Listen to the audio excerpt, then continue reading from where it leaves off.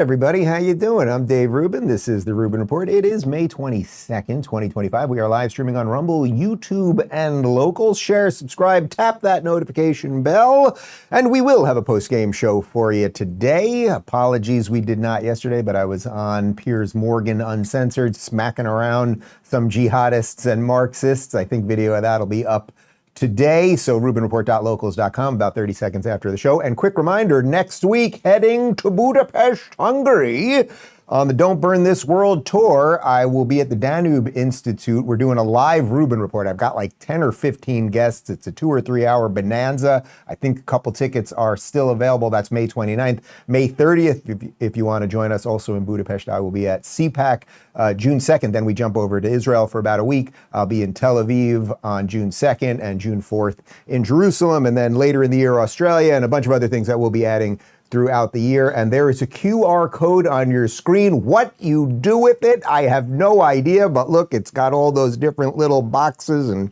organized shapes there. And I think if you scan it, something pops up. Who the hell knows? It's the internet, people. We do have a Rubin Report community Q&A for the second half of today's show. And the first half, we're just going to catch up on a whole bunch of stuff, including what happened at the White House over the course of the last 36 or so hours, because the president of South Africa came to the White House and Donald Trump revamped 2.0 Donald Trump, Trump 47. This guy is just taking no prisoners, and his hair was particularly fluffy and nice. They're doing something with the whole machinery up there that's really excellent right now. And he just smacked this guy down because, obviously, joking aside for a moment, there's a really horrific situation unfolding in South Africa that we've been talking about a little bit as it relates to these white farmers and the amount of people that are being killed and having their land taken away. And obviously with the history of apartheid, it's just messy and it doesn't quite fit the normal racial narrative that the media likes. So you can see how the media is kind of trying to push the story aside. And actually later today, just in a couple hours, South African businessman Rob Herzog, who I had on the show when we were at ARC in London in February, and he's become one of the leading, I would say, people throughout all of South Africa going around the world talking about what is happening to his country. He'll be here in studio. And the first interview I did with him, Elon tweeted it out a couple of times and it got millions and millions of views. South Africa was trending. I mean, there's really something crazy happening in South Africa. I think it's worth focusing on because when you see a place that has gone off the deep end with racial hatred, perhaps that could be a warning of what we might be walking into if we don't eliminate whatever is left of this woke ideology and everything else. So and then we'll do a bunch more about a couple jihadist members of Congress and, you know, the usual stuff. So let's start with South African President Cyril Ramaphosa, who went to the White House yesterday, and he was asked, is this white genocide of the South African farmers, who largely are white? Is it true? And this will kick us off, and fireworks ensued, you'll see. What does it take for you to be convinced that there's no white genocide in South Africa? Well, I can answer that for the president. It's for him. No, seriously. I'd rather have him answer. Yeah, I'd rather answer that. It will be. Our president will respond to you. Yeah, Thank you, Mr. President. It will take President Trump listening to the voices of South Africans, some of whom are his good friends, like those who are here. When we have talks between us around a quiet table, it will take President Trump to listen to them. I'm not going to be repeating what I've been saying. I would say if there was Afrikaner farmer genocide, I can bet you these three gentlemen would not be here, including my Minister of Agriculture. He would not be with me. So it'll take him, President Trump, listening to their stories, to their perspective. That is the answer to your question. Okay, so we didn't get to the fireworks yet. First, I hope you noticed that Donald Trump's hair, it's particularly fluffy and light, almost like a large supersized fries at McDonald's. Now, before we get into the genocide part, let me just give you a quick, like, one-liner definition on what genocide actually is, because a lot of what's happening here is like the whittling of terms. You know, you can kill a lot of people. Does that mean it's genocide specifically? So the basic definition of genocide that most people go with is the deliberate killing of a large number of people from a particular nation or ethnic group with the aim of destroying that nation or group. Now, we hear a lot of claims of genocide. For example, South Africa, as it pertained to the International Criminal Court, was accusing Israel of genocide while they're in a war trying to save their own people. And if Hamas would only release the hostages, the war would end. But let's put that aside for the moment. Is and has there been deliberate killing of white South Africans, and is it being cheered on by members of the South African government? I think that's the way we could frame it. Now, let's put aside the specific definition of genocide for a moment, but is there a targeted killing of white South Africans and a taking of their land, largely farmland? I think that's the best way to frame this thing. So Trump hears that. So there's the South African president basically saying, no, that's not happening. And look, these guys wouldn't even be with me here if it was happening. And then Trump, because this is Trump 2.0, this is an upgraded version of Trump, he did something very similar to what he did with Zelensky in the Oval Office a couple of months ago, when Zelensky came in and was kind of stammering and yammering and everything else, and Trump just kind of went at him. Well, this time Trump came with receipts. You know, I love when they come and they go on shows like when Ted Cruz went on The View and they were asking him, you know, about systemic racism, and he like busts out the receipts right here. Well, Trump not only busted out the receipts, he didn't just go with the notes. He went with actual video, audio, and pictures. Take a look. I could show you a couple of things, and it has to be responded to. Yeah, sure. Let me see the articles, please, if you would. And turn the lights down. Turn the lights down, and just put this on. It's right behind you. Johan. There's nothing this parliament can do. With or without you, people are going to occupy land. We require no permission from you, from the president, from no one. We don't care. We can do whatever you want to do. Who are you to tell us whether we can occupy land or not? We are going to occupy land. South Africa occupy land. That's who we are. We can withdraw my membership from this useless parliament. Yes, Honorable Member. Must never be scared to kill. A revolution demands that at some point there must be killing, because the killing is part of a revolutionary act. Shoot to kill the mother, kill the poor, the farmer, kill the poor, the farmer. All right. So we'll have more on the Kill the Boer song that seems to have taken off in certain sectors of South African society. I want to preface all of this by saying I am not pretending to sit here and be an expert in everything that's going on in South Africa. I'm learning about it in real time, as you are probably. And what I think the magic of Trump here is, and partly the reason they always hated him was not because Trump was a racist, right? But it was Trump knew how to do what he did right there. He understands the show portion of this. So here you have, undoubtedly, I don't think anyone's debating whether white farmers are being killed. I don't think anyone honest is debating whether white farmers are being killed in South Africa at inordinate numbers and their land is being taken away.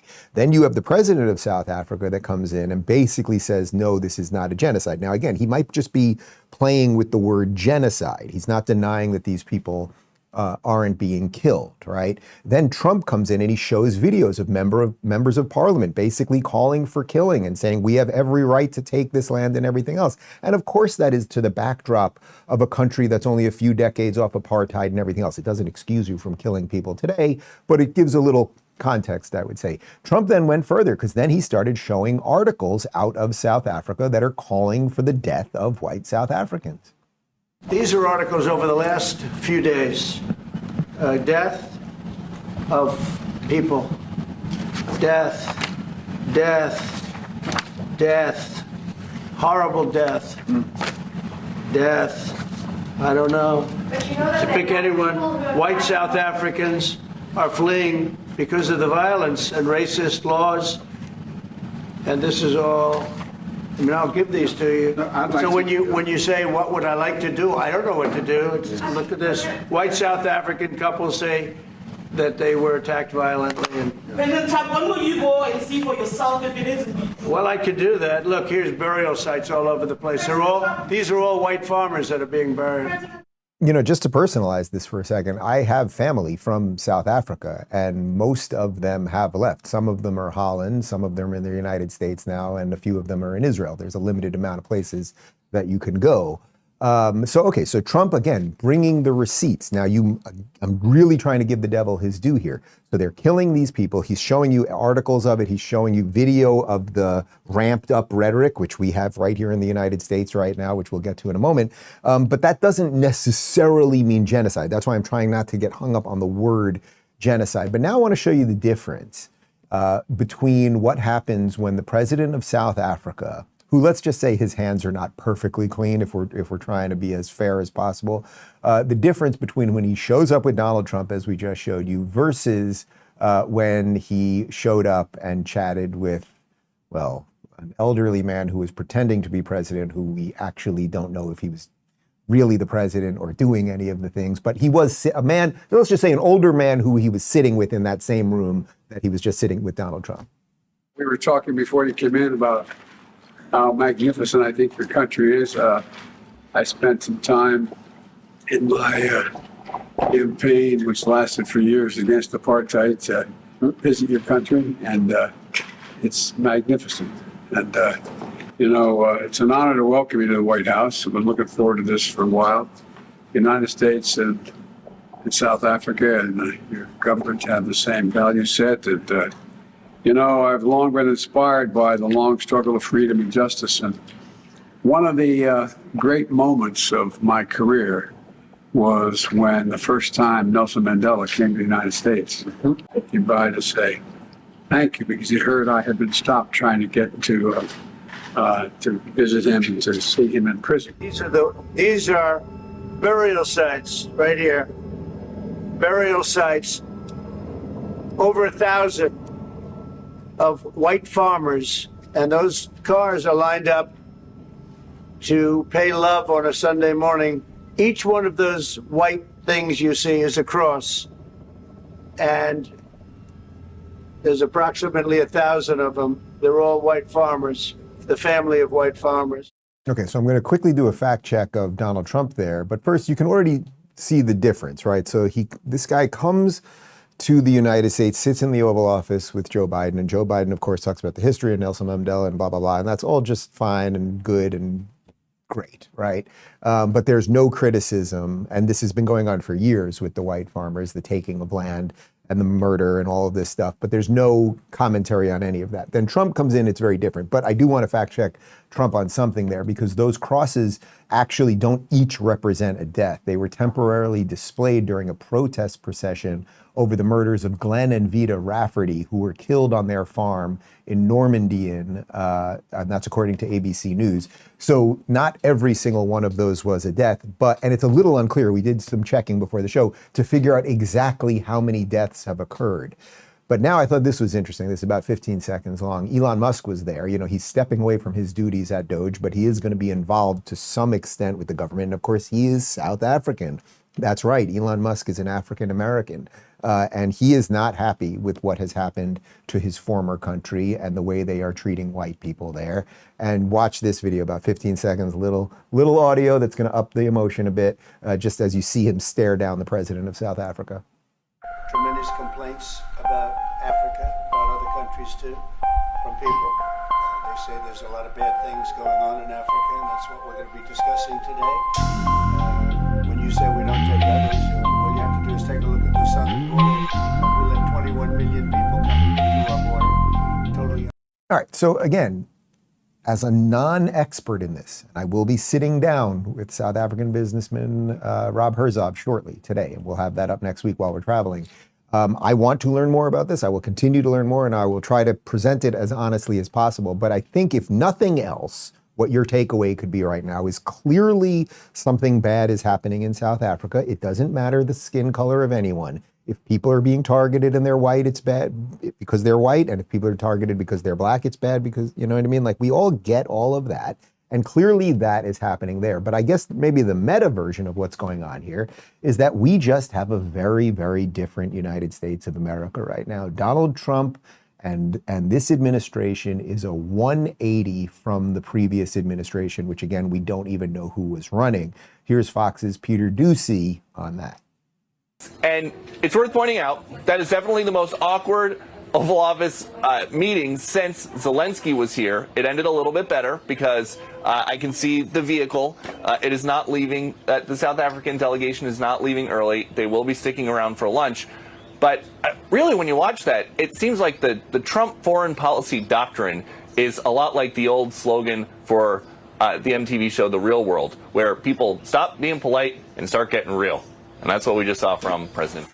So that seemingly is the difference here, right? Or literally is the difference here. We had an administration for 4 years, which again, we didn't know who was in charge, that countries just could kind of roll over us, and we would have these nonsensical press conferences where, you know, it's funny, in the Biden portion we showed you a moment ago, he was like fairly lucid for Biden there. Like, I'll give him credit for that. But in many of the meetings was not. You saw the, you know, the G7 things where he's wandering off and all of that stuff. No one knew who was in charge. No one knew what America stood for. Now it is wildly different. Now, even though I am willing to grant a little sort of leeway on this, or runway on this definition of genocide and whether this is actually a genocide happening there, I think partly the reason I'm focusing on this story is because when you see an overreaction by the mainstream media to something, you usually know that it's something you should look at. And watch that. This is just, I know you guys love these, I love them too. This is a spectacular compilation of mainstream media yesterday. And it's interesting how they're all saying the exact same word when it comes to what happened between Donald Trump and the South African president. To the dramatic scene in the Oval Office today, the tense confrontation, President Trump ambushing the president of South Africa. Up next, another Oval Office meltdown, President Trump ambushing the president of South Africa. President Trump is being accused of conducting something of a diplomatic ambush of South Africa's president in the Oval Office. To be with you, I'm Katie Tur. President Trump orchestrated another Oval Office ambush today. Today, Donald Trump meeting with the president of South Africa and attempting to ambush and humiliate that leader. Zelensky territory, where essentially he was a bit ambushed inside the Oval Office. Felt like an ambush in there, kind of like the President Zelensky meeting in the Oval Office. This was an ambush. It was orchestrated. Cyril Ramaphosa brought his best diplomatic self to this meeting, but nothing could have prepared him for this multimedia ambush. What started as, to some degree, an ambush. Well, Katie, I mean, it was an ambush. Ambush. Ambushed. Ambush. An ambush. Ambushing. Ambushed inside the Oval Office. There was an ambush, and it was orchestrated, but it's an ambush of Donald Trump by you people. Like, if you want to see something orchestrated, just look at that. It is possible that a few of those people might have, well, they read scripts, right? They don't come up with this stuff. Someone hands them a script and they read it off paper or off a teleprompter. But it is possible that a few people wrote ambush. It is not possible that all of these mainstream media people, having nothing to do with each other, all suddenly started saying ambush. There's so many other, I mean, look at this, look at this. This is all, for those of you listening on the audio podcast now, here's a bunch of headlines. You got Daily News, you got The Telegraph, you got Yahoo News, you got CNN, you got NPR, you got BBC, I think The Independent's there, Michigan Pulse. That's a big one. All say ambushes. It's all ambush and ambushes. There's a zillion other ways you could write that. Donald Trump confronts, right? Like, we could do a long list of adjectives that you could do there. So something about, we've all been through this, guys, right? We've been through the laundry list of phrases that launder through the system to make you think something. So that seems to be one thing that they're doing here. So again, why am I focused on this? Well, it's partly like, oh, we're watching a media coordination on Donald Trump. That shows me that they're trying, it's the shell game. So I'm going to look actually not at the word ambush, but what is it that they are trying to hide? Now, we showed you a portion when Donald Trump showed the South African president that video. There's this song that's hot. It's a hot song. It's like a real Katy Perry banger. Is Katy Perry? She's still cool. Who's cool now? Who's cool now? Anyone cool now? Who? Playboy Cardi. Playboy Cardi? That's a person? I have no idea who that is. Is that a real person? You know this person? All right, yeah. There's someone, yeah, there's a yeah, she's cool. That's a girl? It's a guy. God, getting old, it really, well, what's the difference between a guy and a girl? Who the hell knows? Anyway, there's this song, Kill the Boer, that a lot of these people have been singing. In essence, it's Kill the White farmer. And this has put a little bit of like a pin in CNN's reporting here, because it's tough to be like, oh no, everything's fine, but the hottest song is Kill the White Guy. Here is CNN trying to explain the song with a little additional context. Larry, has been debate over that song, that anti-apartheid chant, right? And for people who don't have a historical context, it does potentially appear more literal. Talk to us about the debate that has happened inside of South Africa with the recognition of how it appears to people when they hear those words. There are many who grew up under those years of white minority rule who understand the historical context of this song, Kill the Boer, Kill the Farmer, that Julius Malema has made popular again. It sort of fell into disuse. It's not been that commonly sung after the end of apartheid in 1994, but it's brought it back again to reanimate the issue of the majority of land in South Africa still being owned by white farmers. Okay, so let's not do a total history of apartheid South Africa, but the song was popular as apartheid was ending. I'll grant them that. And now this guy has brought it back to reanimate that. Well, if you start reanimating all of the hatred, and I don't know if the word, say, kill the guy is right in the song, it might be a bit of a problem. Now, interestingly, we did a little fact-checking ourselves, since CNN's doing some fact-checking on a song. It seems like to me you wouldn't have to do much fact-checking on a song. Kill the Boer, right? Kill the Christian, kill the Jew. It would be pretty straightforward as kind of what you were getting at, whether you were Katy Perry or who, Playboy Gonza, who? Playboy Carter. It wouldn't matter. The man shouting "Kill the Boer" in the video is Julius Malema, who's leader of the Economic Freedom Fighters. He was expelled from the governing African National Congress in 2012. Okay, so probably the guy's got some issues, let's say. And again, just singing a song about killing a certain set of people based on their skin color, even if they did some bad stuff. So you want to kill the guy's daughter? I guess you kind of do. Let's jump over to CNN because they covered this, and Scott Jennings, as always, trying to make some sense with a bunch of people who are running cover for people who want to kill the Boer. Cue up Scott and the retards.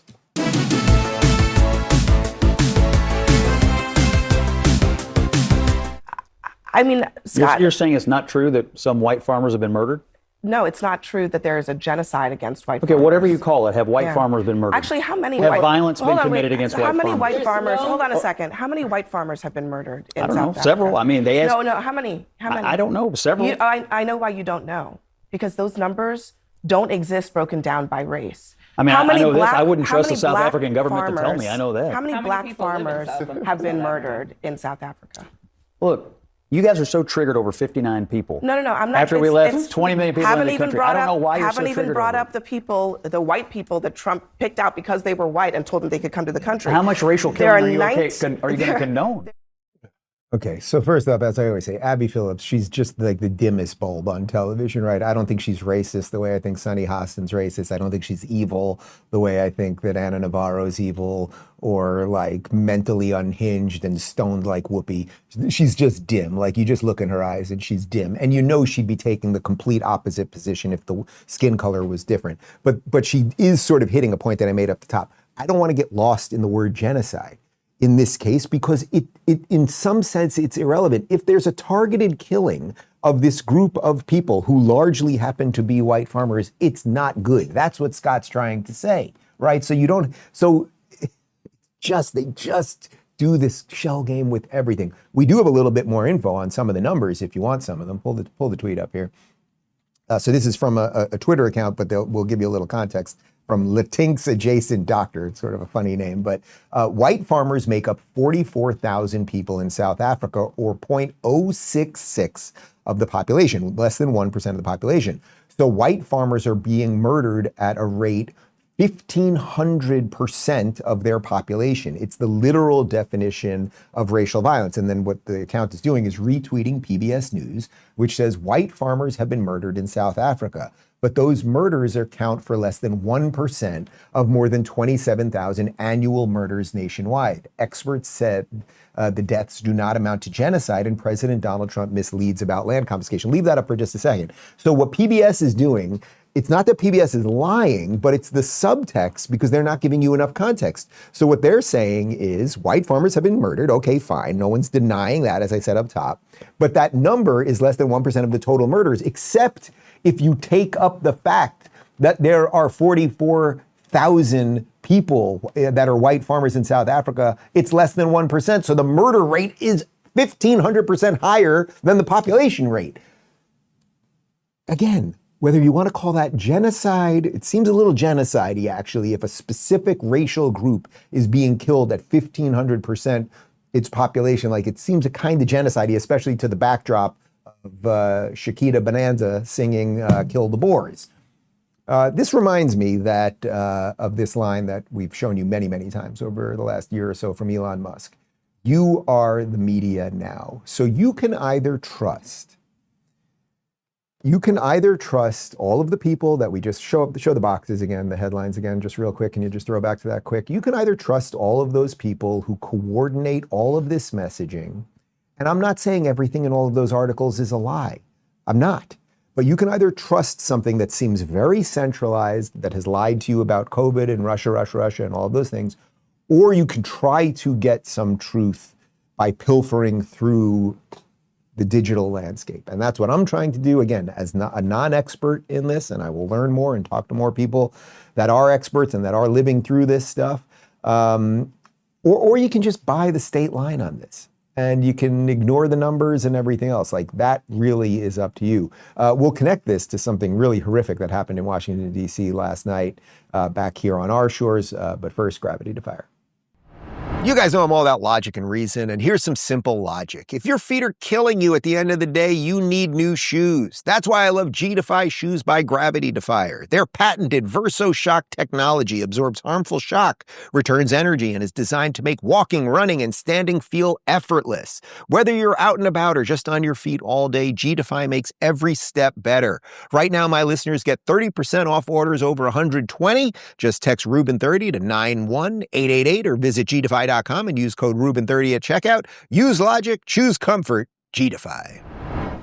Okay, so back here on our shores, something quite horrific happened yesterday in Washington, D.C. We've got this from the AP, and you'll see how this is connected to the previous story.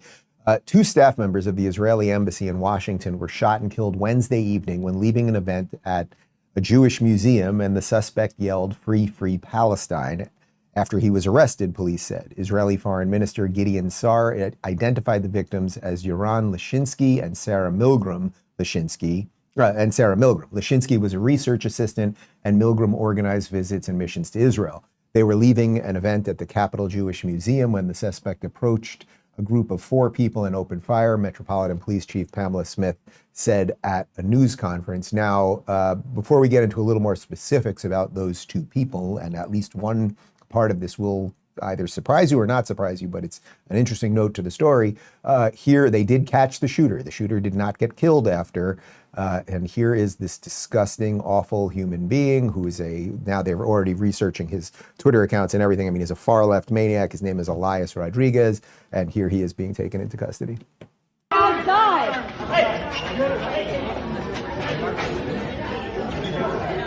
No. Free, free Palestine! Free, free Palestine! Free, free Palestine! All right, so that evil jihadist who just murdered 2 innocent people, he will not free Palestine. And if he wants to free Palestine, he means free it from Hamas, because Palestine was never a country. And if you mean Palestine, what you mean, I think, is the British Mandate of Palestine, which is Israel. And okay, fine, we don't have to do the history lesson here. The interesting side note of all of this is you might go, oh, well, those were 2, it sounds like those were 2 Israelis. That means they're Jews who were at the Jewish museum, as if somehow that would make this more easy to swallow or something. Well, it actually turns out that Yaron Lashinsky, one of the people who was killed, the male who was killed, actually was a Christian. He tweeted this out. We're grabbing the tweet right now. There, we got it.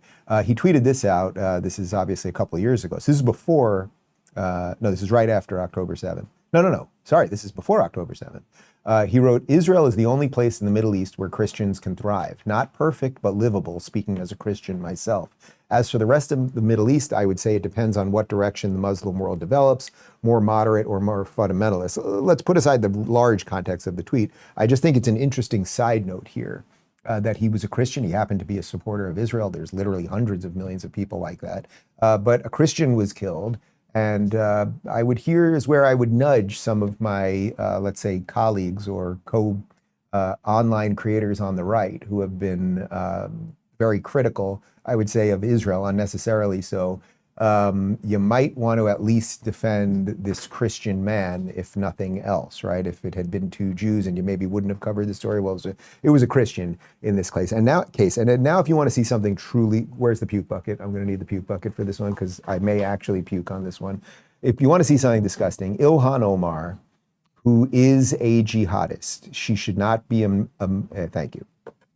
Here's the Ilhan Omar puke bucket, which I'll be using in just a moment. Ilhan Omar, who is a jihadist, she is not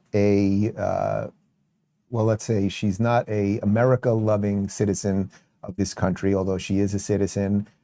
She is here to wreak havoc and destroy this country. There is just simply no doubt about it. She was asked to comment on the shooting of these two people. Now, the level, before I even, just play it. Congresswoman Omar, can I get your reaction to the shooting that happened in D.C. last night? I'm going to go for now. I'm going to go for now, Mark. Couldn't even say condolences for the family.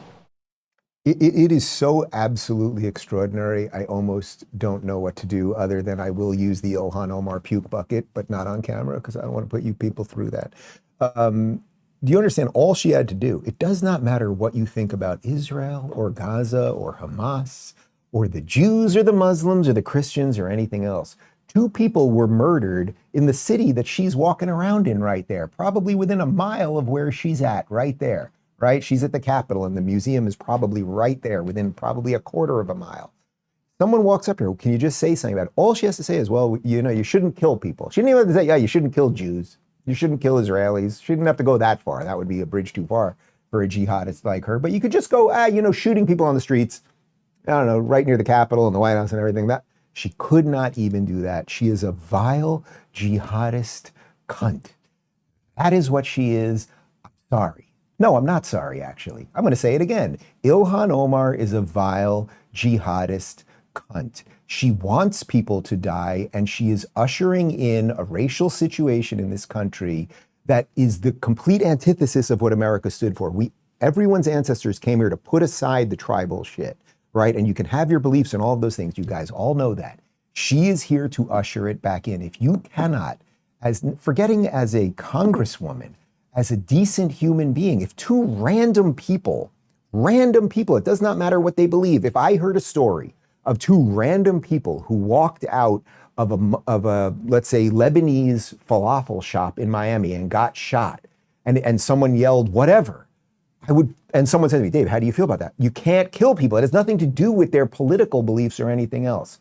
So can I just, one more time? Ilhan Omar is a vile jihadist. See you next Tuesday, lady. Donald Trump, on the other hand, is a great man. And he has consistently proven that he is a great man, and he is getting better. That's the thing. So it's not that horrible. It's not that difficult to do something like this. You could have tried this, Ilhan. These horrible DC killings, based obviously on anti-Semitism, must end now. Hatred and radicalism have no place in the USA. Condolences to the victims. So sad that such things can happen. God bless you all. And yeah, look, the guy was obviously just trying to kill a couple Jews, happened to kill a Christian, and she can't even condemn that. Absolutely disgusting. I can't look at this anymore. Jesus Christ. Charlie Kirk from Turning Point USA, who over the years I've done many, many events with, and we used to do colleges together. And I think he's just become I'm really, as someone that's a little older than Charlie, I'm really proud of what Charlie has become. I think he's fighting for all of the right things and doing it really, really well. He's been all over the world lately, but he's been across the pond over the last couple of weeks, fighting for American values, fighting for the Trump agenda, fighting for America first, fighting for the Western world's existence. Here he is on GB News explaining that we are at civilizational odds right now, We better freaking figure it out. It's difficult to talk about, but we better figure this out, or otherwise this experiment is over. The question is macro Islam compatible with Western values? Macro. Of course it's not. There are three major reasons why. Islam does not believe in freedom of speech. Islam does not believe in freedom of religion. And Islam does not believe in separation of mosque and state. Those three things are antithetical to the West. In a Muslim majority country, most Muslim majority countries, you cannot criticize the Prophet Muhammad. In most Muslim majority countries, you do not have the same robust freedom of religion protections. And finally, whereas we in the West are very careful to try to intermix religion and state, they are commanded to actually go into the state and try to change the state to be more Islamic around the core pillars of Islam. And the last thing I'll finally say is, I cannot see a single Western country that has become more Islamic and has become a better place to live, that is happier or freer. Yeah, and not only is all of that true, he's right there in the UK saying it. And I'm telling you, I've told you before, when I was in London, the last couple times I was in London, but when I was in London in February, everybody was talking about what has happened to their country. And there are signs in Arabic everywhere, and there are mosques going up everywhere, and there are women in burqas everywhere. And in and of itself, people can choose to pray to who they want to pray to. If you want to wear, as Bill Maher calls it, the beekeeper costume and keep your woman so you could just see her eyes and nothing else, probably not that fair to her, but if that's what you want to do, okay, fine. But once you start projecting that onto everyone else and making sure no one else can criticize that and start instituting sets of ideas that are antithetical to Western beliefs and liberal values, which are being defended by conservatives like Charlie, then we have a problem. And also, as it pertains to criticizing the Prophet Muhammad, it's not just that you can't do it in Muslim countries. Try doing it in London and see what happens. Try doing it in Sweden and see what happens. And guess what? It will not go that well. It will not. Now, but to the slight counter of that, I will say there are places like the UAE and even a bit of what's happening in Saudi Arabia right now in the Gulf states that are modernizing, and they're dealing with jihadism in a way that we here in the West seem to refuse to. Then watch this. This was by far the best clip that I saw yesterday online. This is Kirk at the University of Cambridge doing a debate, and a child here who looks a little bit like a deranged hobbit. If a hobbit was on meth, this is what you'd get. And he asked him about Israel and Hamas. So this is Meth Hobbit versus Charlie Kirk. Are they equally? There is no justification for the murder and mutilation of thousands of innocent people and children. Well, let's zero in on it. There is no justification, Mr. Kirk, for invading hospitals, for bombing innocent populations and dragging out a war which is damaging Israel and the West's security. You've made that point, but it's not a point, it's a moral truth, isn't it? Okay, yeah. It was also a moral truth that the war started because 1,300 Jews were killed and 200 were taken hostage. And when you declare war on Israel, expect a firestorm in reaction. Let me finish, I let you talk. Israel, at its holiest day of the calendar year besides Yom Kippur and Rosh Hashanah, Samat Torah, the 50-year anniversary of the Six-Day War. On Shabbat, Hamas invaded Israel, deciding to go recklessly to music concerts, to homes, to kibbutzes, and taking 200 plus hostages. They knew what they were doing. In one of the most cloistered urban environments on the planet, 2 million people live in a place where it's impossible to wage war. Impossible. Where they wear civilian clothing, they violate every tenet of the Geneva Convention, and the IDF, when they do something right, they get no credit. When they do life-saving surgeries of a Gazan child, they get no credit. When they drop leaflets, they get no credit. But when they happen to bomb a place where they are operating their military from, which we now know from third-party verified sources, hundreds of Hamas military operations are in mosques, schools, and hospitals. A child who knows that Israel is the good guy, Hamas is bad, has a lot more wisdom than a student like yourself at Cambridge University. Charlie Kirk 1, Meth Hobbit 0. I would just also Charlie, he just is great. And I just love, it's a weird thing being in the business that I'm in, where after all these years, it's like I see some people that I know that I thought were great, and they've kind of become not great, or they disappear. Sometimes good people disappear. Sometimes bad people kind of rise. Like there's all mixes of it, and any of you can make your judgment on how my career has gone. But Charlie has just consistently, I think, just been on the right side of things and fought hard and hard and hard. And it's not easy to do all the time. And okay, so credit there. But I would also say to the Meth Hobbit and he was very fidgety too, because you get because a hobbit doesn't need much meth, you know what I mean? They need a half dose. But I would also say to the meth hobbit, if you're, let's say you were in the Shire with your hobbit family, and a bunch of jihadists broke in and they raped your hobbit sister and they murdered your hobbit mother and then they kidnapped your hobbit father and then they burned down the rest of the Shire and all that, and they brought a couple, your kidnapped sister and everything, and they brought them over to this other place and then they buried them underground and then they kept schools on top of it and everything. Well, meth hobbit, what do you think the proper reaction would be? There actually would be no more moral thing than for you guys to save your people. A nation state exists to defend its people. A nation state does not exist to defend other people. So you got to get that in your head, meth hobbit. Can we just, let me see the meth hobbit one more time. Meth hobbit, can we just quickly back to the meth hobbit? Look at that. That is meth hobbit. Oh, and I've interviewed the guy standing behind him. Who was that? I interviewed him in London. Who is that? James. That's,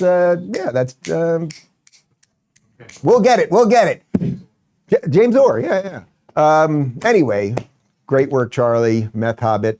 You know what, meth hobbit, if you want to do the show and explain that stuff to me, you're welcome to.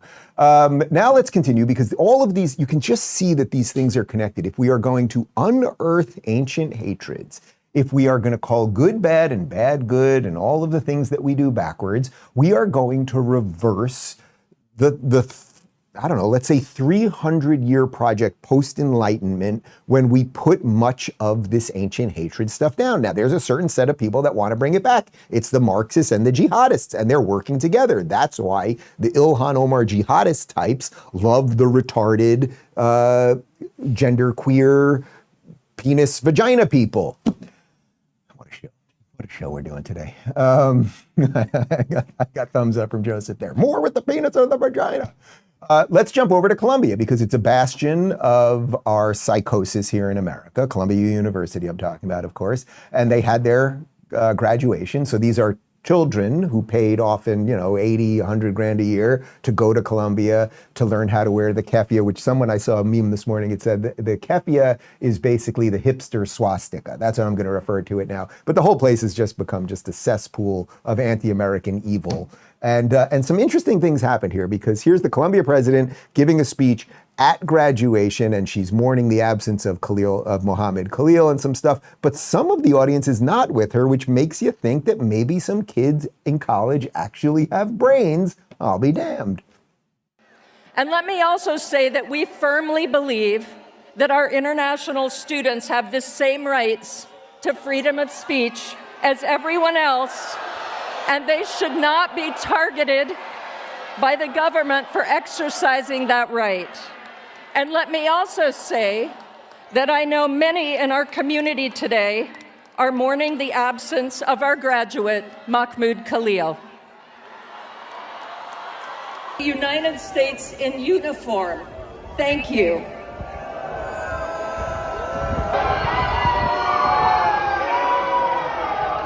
Good morning, class of 2025. I know that many of you feel some... I have to say, we have a running joke on this show that I'll never hire a college graduate, and I really try to stand by that as much as possible. But how freaking fantastic that those kids who went to that school, hopefully the bulk of them, right? Because it is the bulk of them that went to that school to get an education and actually learn things, that they're booing that bitch. Like, that is fantastic. She's upset that Mahmoud Khalil is not there. He was leading protests that stopped Jewish kids from being able to go on campus, that led to literally a hostage situation with 2 Hispanic janitors. Why don't you care about them, who are now suing the university, who were chanting for genocide and all of the stuff. So there are kids. Imagine you spend 4 years, you spend all of that money going to Columbia. Then the circus that goes around your university, and you now know it's stained on you, because you're going to walk out of college with that degree, which most of the Hamas kids just burn up anyway. But you're going to try to get a job, and you're going to go to a big company, like a Fortune 500 company, and they're going to be like, "Where did you go to college?" And well, I went to Columbia. And then a huge amount of people are going to be like, you know what, I'm not interested in hiring you, even though you might have been one of the good ones. You might have been one of the ones booing there. So there's a reason they're booing, because that disgusting woman has led a movement that has in essence burned her university down, figuratively. They'd like to do it literally, but figuratively. So you've got this collection of people. You've got your Columbia presidents and you've got your Ilhan Omars. And then there is this woman. This one, we're working on a great meme about her. We're going to get out later today. I'm very excited about it. I won't tease it too much. But there is this woman, Pramila Jayapal. She is horrible. Like, it's obvious, you know, you got the Ilhan puke bucket. We know that. AOC, okay, fine. But Jayapal is really just like vying to be number one on the list of who is the most awful.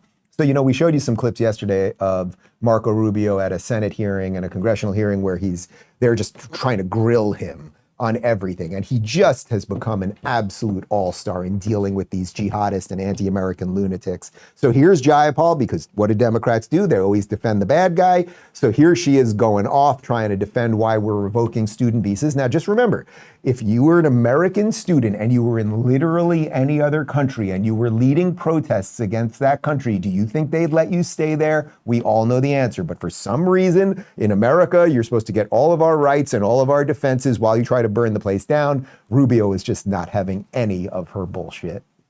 Student was a guest in the United States on a student visa. No one's entitled to a student visa. So you revoked her student visa based on an op-ed which trumps the Supreme law of the land, which is the Constitution. Someone's coming up here to stir up problems on our campus. We're going to revoke their visa. She didn't do any of that. She wrote an op-ed. Well, she wrote an op-ed, and I'm talking to you about her particular case. Claims and your claims. Those are not the facts. You reclaiming my time. You revoked her student visa because proudly. she wrote an op-ed. And Would you revoke? We're going to do more. We will revoke the visa of anyone who's in this country as a guest who's here to stir up trouble. Are you going to revoke the visa of somebody who made that? The case. I'll look at it. I'm looking to get crazy people out of our country. Actually, it's not just about revoking. You actually, Secretary Rubio, excuse me, reclaiming my time. If these are legitimate law enforcement agents carrying out proper arrest, why are they hiding their identities? Because then radical crazies will try to hurt them. So again, what do? They always defend the bad guys, right? You could say whatever you want. You start block. Well, first off, there is an argument to be said that if you're here on a student visa, that you kind of can't say whatever you want, meaning you can't call for genocide and blah, blah, blah. But it wasn't that. It was the actions. They seem to have no distinction between actions and speech. It was blocking kids from school and all of the stupid things that you know that they were doing. We did. We're working on a video about this, but I will tease it because I'm so excited about it. We were able to get an image of Jayapal right before that congressional hearing, right before she put on her makeup. So that's the image we got right there. And we're gonna work with this, and we're working on something very exciting. Let's move over to other Democrats it's just a great collection of people. These are great people who you'd really like to have over for Thanksgiving because they're wonderful conversationalists and very generous. They'll, there's nothing like having a Democrat over for dinner. This from CBS News, and you know a bit about this story already. New Jersey Democratic Representative LaMonica McIver appeared virtually before a federal judge in Newark Wednesday morning after being charged with assault, resisting arrest, and impeding federal officers. If convicted, faces 8 years in prison and a $250,000 fine. McIver is due to appear in court in person on June 11th for a preliminary hearing. She's allowed to travel domestically and internationally if needed for her congressional duties, the judge said. For a personal international travel, she'll need a court approval. She was ordered to surrender any firearms she may own. McIver said the charges against her are purely political. They mischaracterize and distort my actions and are meant to criminalize and deter legislative oversight. Meanwhile, the trespassing charges against Newark Mayor Ras Baraka were formally dropped Wednesday. The judge overseeing the case signed the dismissal order prosecutors had proposed nearly 2 weeks after he was arrested in the same Delaney Hall incident. So this is the woman who showed up to the ICE facility and was pushing officers around and elbowing people and screaming and everything else. And if you think that Congress people should have laws that are different than the laws that should apply to you, then I guess she should walk free. But if you yourself want to walk over to an ICE facility, you know what? We're going to send Connor after the show. Connor, after lunch, what's for lunch today? A sweet green. We're having, so he's going to have a nice salad. Here's what I want you to do, Connor. Have a light lunch. Let's find where can we find out where the local ICE facility is? Joseph's going to get on that. We're going to send Connor light lunch. Try to just burst into an ICE facility. And if they try to get you, I want you to elbow these people and push them out of the way. And we'll see. And I'll pay the bond and everything. It's not a problem. And I'm going to guess that they're going to arrest poor Connor over here. Speaking of people, poor, well, I don't know. There wasn't much of a sec. Speaking of poor people, I don't know. Speaking of guys who, this isn't fair to Connor. James Carville is an idiot. And he's a Democrat, and he's lost control of his party, and he hates the Democrats now, but he doesn't know what to do. And of course, you know the gimmick with James Carville. James Carville talked like this, and he talking like this, so he talking and you're talking and talking, and people are going, oh my God, he talking like that. He must be saying something, but actually he's just saying words. And the more words he said, then people go, oh my God, he must know what he's doing, because he's down there with he's having the crawfish and the gator and the do. Here he is saying that McIver there, who again tried to burst into an ICE facility and was fighting with ICE agents and elbowing people and pushing people, that the only reason they're going after her is because she's black. You're of the view that you're asserting that the Trump administration or DOJ is targeting her racially. Why do you assert that? Because that's what they're about. And they're trying to show it's us against them. They talk about the blood of America and the poisoning of blood. And they talk about this kind of stuff. Again, let me be very clear. I don't have any proof, but if you ask me, do I think that's what happened? Yes, I think that's what happened. I think if it was a white congressperson, they would not have arrested her. Can I just say, and maybe as a millennial black woman, I feel very unsettled about this, about the whole scene and the videos that unfolded, about the charging of Congresswoman McIver, because it seems as though that the government I think that they are using the federal government, the White House, Alina Habba, Donald Trump, they are using the Congresswoman this is a test case. This is an opening salvo, if you will. And if we allow them to do this to LaMonica McIver, that means they will do it to any other member of Congress, any governor. Exactly. If the people did not raise their voices about Ras Baraka, the mayor of Newark, they'll do it to any other mayor. And I mean, they're currently investigating Brandon Johnson in Chicago right now under a civil rights violation. Yep. I'm using quotes. I feel as though she's being punished for speaking up, and then you got people in the government saying, oh, well, her conduct was unprofessional. When I just saw Christy Noem not even be able to describe what habeas corpus is. You also have Republicans running for governor in our dear state of New Jersey who are saying the same. Right. So we know what times we're in. This president has. Oh boy, these guys really, they just make it too easy for me. I wish they would make it a little bit harder. It would be more challenging during the day. So first off on Carville literally is like, I don't have any evidence for this, but I'm going to say it anyway. Yes, there is no evidence. Does anyone honestly think if a bunch of white people had showed up and tried to push their way through the ICE thing that the government wouldn't be going after them? Does anyone remember January 6th? I think there were a couple of white people there. So that's one thing. Okay, let's put that aside. Then as for what's her name? Simone Sanders. It's like, first off, lady, try the sweet greens. Connor, get that girl some sweet greens. That would be one thing. Number two, no, you don't understand the difference between actions and words. You're going after Nancy Mace for saying something versus someone showing up and elbowing an ICE officer. And it's just, you people are all just terrible, but you deserve each other. And that's why you should, I believe in separate but equal. You should have your own television station. It's called MSNBC and you can have it. Let's talk about Franzese wine and then we'll get to the Rubin Report community Q&A on the other side. If you know me, you know I love a great story, and nothing pairs better with a story than exceptional wine. Meet Franzese wine, inspired by Michael Franzese, the only high-ranking mafia boss to leave organized crime and live to tell about it. This wine is a testament to second chances and resilience. From Armenia, home to the world's finest vineyards, comes a unique range of 94-point wines like Malbec and Areni. No added sulfates, just pure, unforgettable quality for a great price. Head to franzesewine.com and use code Rubin for 15% off. Become part of a powerful story of redemption. It's a sip you can't refuse. All right, RubinReport.locals.com. Community Q&A. Sunny says, do you think some of these universities are only superficially pushing back against anti-Semitism just to appease the Trump administration? I saw that Harvard released a report on anti-Semitism, and it felt like they were doing it just to secure funding, like these institutions don't actually care, and they just want to get their moolah. I don't want to be cynical, but yes.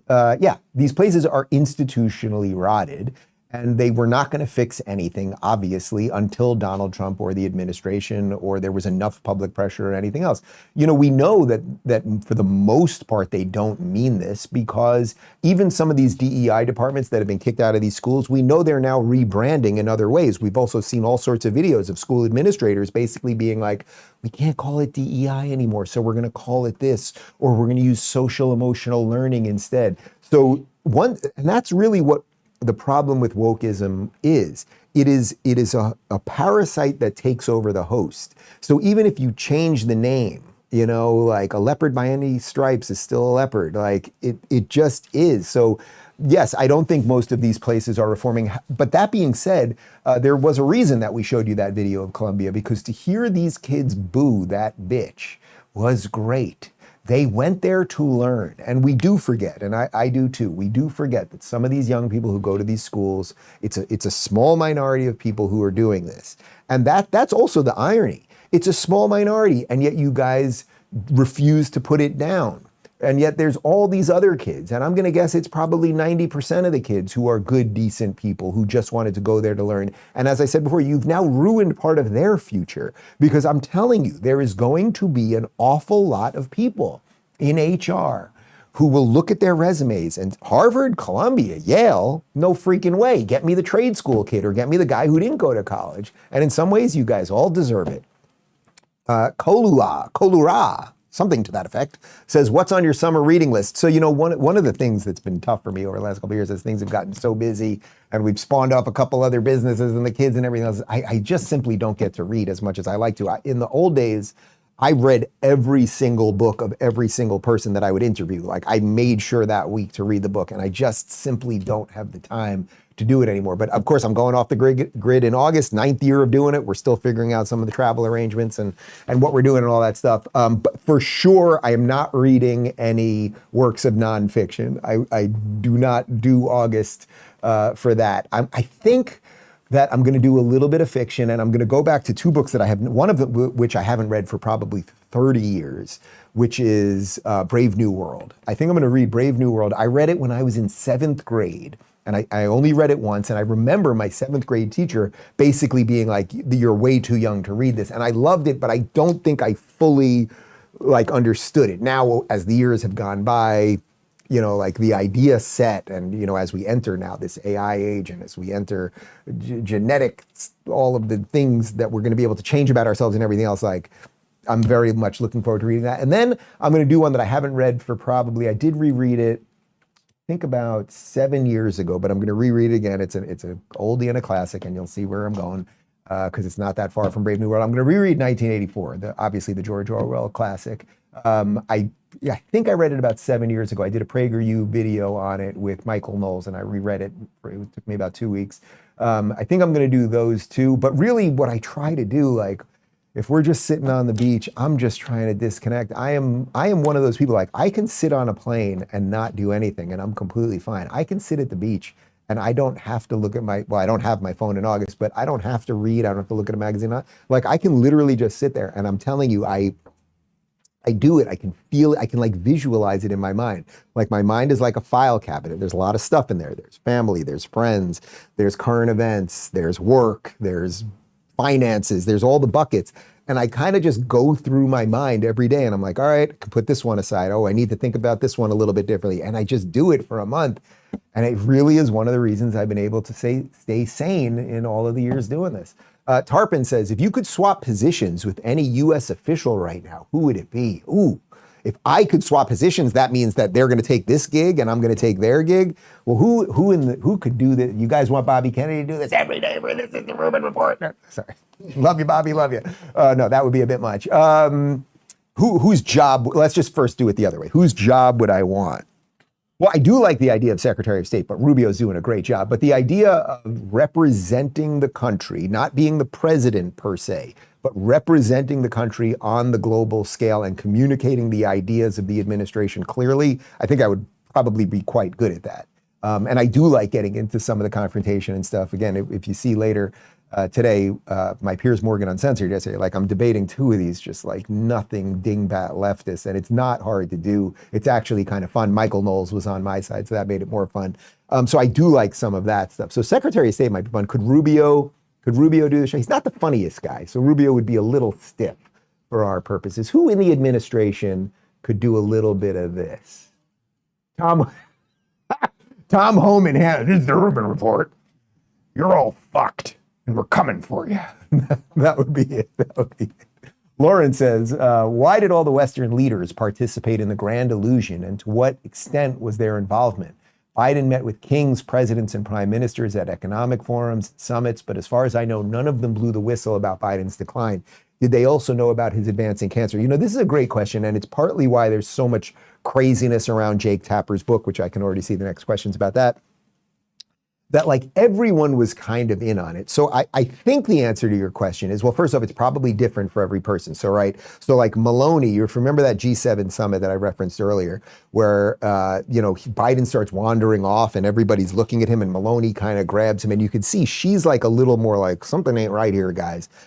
But you can also see another version of that where if you're, I don't know, say the leader of South Africa, maybe you're doing some bad stuff in your country and you have a guy who has dementia, who's just babbling on about the good old days and everything else, you might not want to call out any bullshit on it because it's pretty good for you. So I think all of these leaders of their countries, they're looking out for their own interests, right? Which is what their job is. And if they're like, boy, it doesn't really seem like America has a leader, or we can push this guy this way, that way, the other thing, or they're just looking at it like, oh man, what a freaking disaster this thing is. We want to make sure it doesn't get any worse. So like the selective pressures and how you deal with it are tough. Look, I think over the years, all of the leaders that dealt with Biden, all these prime ministers and presidents and everything, they're all going to write memoirs and it will all start coming out. And Maloney will tell a story of how much worse it was, or Macron will tell that story, or the 18 prime ministers that the UK had in the last 5 years. Like they'll all do that sort of thing. But everyone knew to some extent. It is obvious. And again, as the years go by, more and more people will come out and everything else. The next question is connected to this, which is Boniaz says, Dave, I hope you get a chance to interview Jake Tapper. If you do, please ask him if his new epiphany that he has made him rethink of any of the other stories they covered up for. Look, as I said, I will gladly interview Jake Tapper. I have hit him really, really hard. As a matter of fact, we have a new segment on social media where every week we give an award to the douchebag of the week. We've only done it for about 5 weeks, and I don't want to lead too much, but Jake is already going to win it twice. We've only given 5 awards away. He's winning it tomorrow. He's going to be a 2-time winner of the Rubin Report Douchebag of the Week award. We've only given out 5 awards. That's something. Look, I've said before, my suspicion about Jake, I've never met him. I don't think he's a horrible person. I think he got caught in a terrible system, and there's something about that system that like makes you protect it. I don't know exactly, is it finances? I don't know exactly what it is. But the thing that we all see that's wrong with mainstream media, he's part of it. And that's why it's been so odd this week. I've never in my life seen a book come out where everyone is attacking the author. You might attack like, what the subject of the book or whatever, but everyone is like, no, you should not have written this book. And that's why I don't understand how 5 months ago, when he was presented with writing this book through his agent or whoever it was, that he wasn't like, well, this kind of could turn on me. Like, did he not think that through enough? But look, Jake, if you're watching, I would interview and treat you fairly and everything else. Because I don't think you're a horrible person. Like, there are people that are obvious, like awful partisan hacks that have been on CNN for years, right? Don Lemon, Jim Acosta, Cuomo, like some of these guys are just kind of terrible, right? But I don't think you're one of them. And that's also what makes it a little more confusing. I think there's a reason that people have the emotion about Jake. It's why they have the emotion about CNN. MSNBC, you can be like, they're all left-wing lunatic hacks, progressive nutbags. CNN, you purported to be in the middle. So when we see you go off the deep end, it seems like a bit much. Where MSNBC, we know it's a joke. It is what it is. So there's some connection there. Let's talk about Jubanon for a minute, and then we'll have more questions on the other side. Let's face it, the American healthcare system is a mess. Big pharma is overpriced, and insurance companies just keep driving up costs. That's why I'm always looking for natural ways to take care of my health, and one of the most overlooked is blood flow. Better circulation means more oxygen and nutrients to your brain, heart, and muscles. That's why I use Blood Flow 7 from Jubanon. It naturally boosts nitric oxide by 230% and opens arteries up to 62%, improving blood flow, stamina, focus, and heart health. It's doctor formulated and made with premium natural ingredients. Go to bloodflow7.com/Rubin or click the link in the description to learn more. Hummer, there's a name for you, says, if there was a zombie apocalypse and you were with your team, what roles and qualities do you think that each person has that would help you to survive? Well, this is an interesting one. Well, Connor for sure I would take with me. Oh, this is a general. This is AI us. Oh, is that Oh, that's literally AI us. You took pictures of us. AI us. That's Christy up front. I'll do it in order of who I'm looking at right now. So Connor is my director here, obviously. Connor, I would keep for sure because he knows how to do things. You know where wires go. I feel like you could rig a system. If there was water that was no good, you would know how to do something related to making the water a little less dirty. I think there would be some use there. Then we have Joseph here. He's our newest employee. Joseph also would be very useful because he's willing to do anything. And he, like if we have a job that nobody wants to do, we give it to Joseph, he smiles and he does it. Now in the zombie show, he's one of the first ones that get killed, obviously, but you need that guy because it's buying you some time. Phoenix over here. Well, you're the kind of general when I doing the day to day. I need someone to deal with the people and all of that. So you'd have some use, but obviously I'm going to have to take you out myself when you want to usurp my power. Christy back there, well, she makes sure my hair's okay, and even in a zombie apocalypse, that's important. And Joey's back there. He's editing right now. He's pretty athletic. We played basketball last night for 3 hours. The guy has a great jump. I mean, he's almost dunking. He's only like maybe 5'10". So that I feel like that has use. And Chris, our SEO guy who doesn't work with us in studio. Chris is a great conversationalist. And you know, a lot of times in the zombie movies, all hell's breaking loose, and then it's like, oh my God, they killed everybody we know, and then you end up in a room you're at a farmhouse, and you just have this nice moment where you're able to chat with somebody about like the old days. And Chris is the same age as me, and we'd be able to talk about the Cosby Show or something like that. That would be pretty good. Okay, Cece says, do you have a favorite food you look forward to eating when traveling to Europe or to Israel? So we're heading to Hungary on Tuesday and then to Israel after that. Favorite food?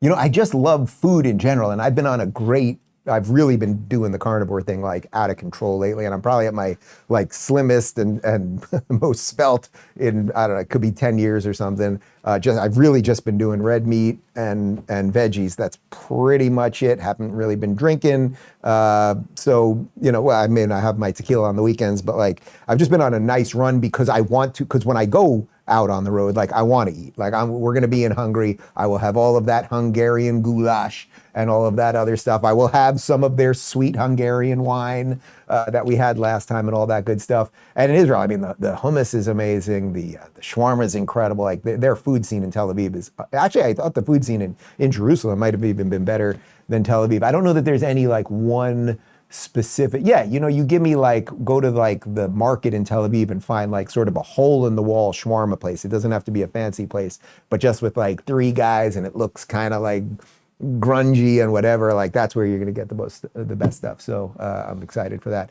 David says, when is the tequila finally coming out? Will you do promotional events at liquor stores, etc.? I'm excited for you. Okay, so it took us a long time. My original intention when we were doing this, we've been working on this for like 3 years. We've gone to Jalisco. We've gone to Tequila, which is a town in Jalisco, to do this. We're working on a reposado. We've made all different recipes and whatever. I'm so excited about it. It's clean. It's good. It's exquisite. That's the word I keep using. I'm telling you, this is the best reposado you have ever had. You know, there's a big scandal that just came out, the Casamigos, which is the George Clooney tequila. He ended up selling it, I think, for $500 million to a big spirits brand that apparently they've been cutting it and there's been chemicals in it and a bunch more. We have none of that stuff. But that does give us a good market opportunity, obviously. I wanted to have it out in September. There were some shipping issues. And then because we're doing every single bottle will be different, the artwork on every single bottle. And because of that, there were some labeling things that delayed some things. So we are going to release it on my birthday. June 26th is my 49th birthday. We are going to release it. We will do a pre-sale probably the week before for Locals members only so that you guys can get it delivered to you by my birthday so that we do a live stream that night. I will be here with the bottle. We have not released the name or anything else yet.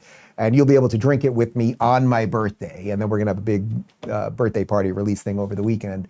And then everyone else. So if you're not on Locals, you'll be able to order it on the 26th, and then you'll get it in the next couple days. As for stores and restaurants, we have a Miami distributor. We're working on a couple stores here and a couple bars and restaurants. I'm still trying to figure that out. Like one of the things that I'm trying to figure out with this as we're doing this business, it's just another new business, is that people don't generally buy alcohol online, right? Like unless you're sending something to somebody in a place that, you know, you don't live by them and you're sending them a wedding gift or whatever it might be, or birthday present, you generally, if you want alcohol, you go to the local store.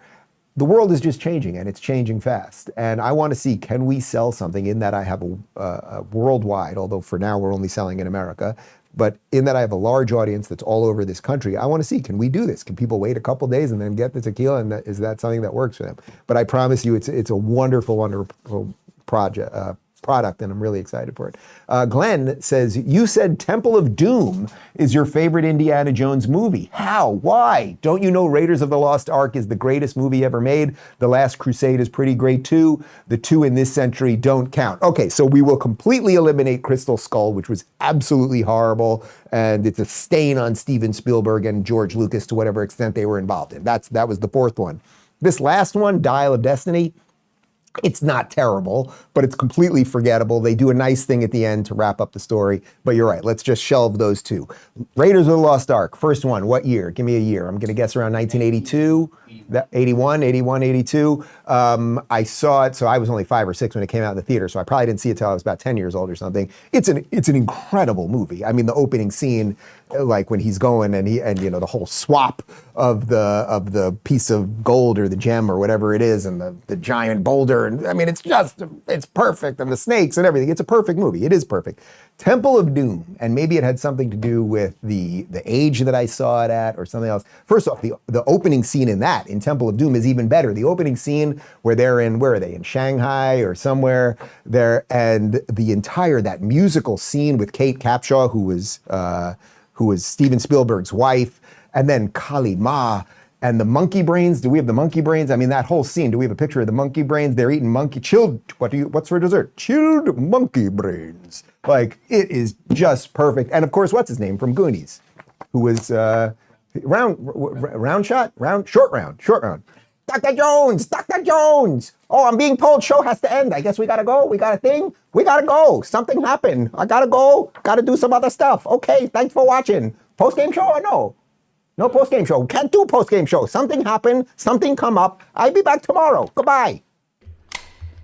Democrat or Republican? Not gonna lie.